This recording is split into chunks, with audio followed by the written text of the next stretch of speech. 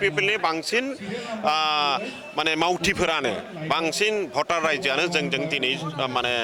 जुगदान जादों आरो बेखायनो हयथ' एसे दुरबल जाहैबाय बे समाव केम्पेइनखौनो जों नुवाखै मेल मिटिंबो खालामनाय नुवाखै बिदि थाबायनायबो एसेबां नुवाखै बिथांमोननि कर्मिफोरखौबो एसेबां होसो होसो सिगांनि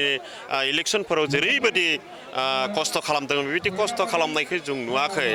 जे बबे लाइनाव दुरबल जादोंथाय मोनथिया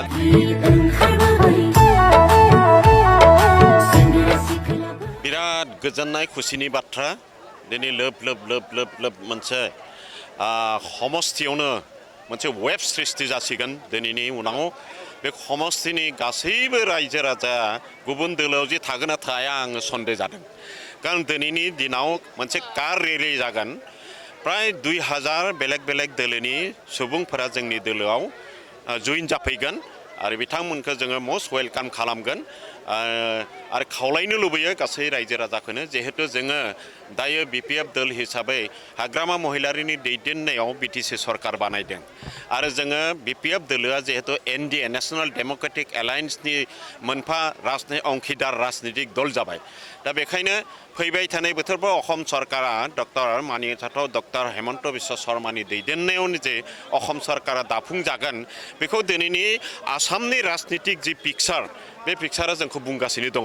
बेखायनो जोङो हाखनाव थानाय साफा साफा बिनि जनप्रतिनिधि जागोन बेखायनो रायजो राजाखौ आं आह्वान खालामो बे समस्ति बाखि रायजोखौ आह्वान खालामो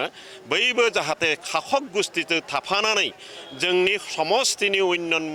मुलुग काम काजाव हेफाजाब होनो थाखाय आं रायजो राजाफोरखौ बयखौबो खावलायहरदों निश्चय बे मेसेजआ थांगोन जहाँ बाप्रि बा ओरै होनलायनाय माने बिपिएफ दोलो बा एनडिएनि केन्डिडेटनि दिनै एसेबां कार रेलि जादों प्राय गोबां मानसियानो गाव गावनि कारफोरखौ लानानै फैजोबदों जोंखौ समर्थन होनो थाखाय गाव गावनि निजा निजा कार प्राइभेट कार दङ बेफोरखौ लानानै बिथांमोना दिनै कार रेलियाव बाहागो लानो फैदों बेखायनो बिथांमोनखौबो आङो धन्यबाद होयो निश्चय बे रेलिनि गेजेरजों मोनसे जिहेतु आं बुंखाबाय मोनसे वेब सृष्टि जागोन आरो प्राय बे समस्तिनि रायजो राजाफ्रा जोंनोनो भट होनानै देरहासारनायाव बिथांमोनाबो हेफाजाब होगोनखौ जोङो नुहुरखादों बेहाय दोङो 1,20,000 भट बेनि गेजेराव 1,20,000 बा 30,000 कास्टिं जागोन बे कास्टिं भटनि गेजेराव जोङो एनडिएनि केन्डिडेट हिसाबै 80,000 जों मोनखागोन मोनसे समनि जिथु नोंथांमोनजों थाबोनाय जमायै खामानि मावबोनाय इउपिपिएलनि बिजाथि नेरसोन बर'आनो बेयाव नोंथांनि हेंथायै गसंदों माबाफोर फेक्टर जागोन बिथाङा जोङो मोनथिया दा बिथांनि केम्पेइनखौनो जों नुवाखै मेल मिटिंबो खालामनाय नुवाखै बिदि थाबायनायबो एसेबां नुवाखै बिथांमोननि कर्मिफोरखौबो एसेबां होसो होसो सिगांनि इलेक्सनफोराव जेरैबायदि खस्थ' खालामदों बेबायदि खस्थ' खालामनायखौ जों नुवाखै जे बबे लाइनाव दुरबल जादोंथाय मोनथिया जायखिजाया इउपिपिएलनि बांसिन माने मावथिफोरानो बांसिन भटार रायजोआनो जोंजों दिनै माने जुगदान जादों आरो बेखायनो हयथ' एसे दुरबल जाहैबाय बे समाव आरो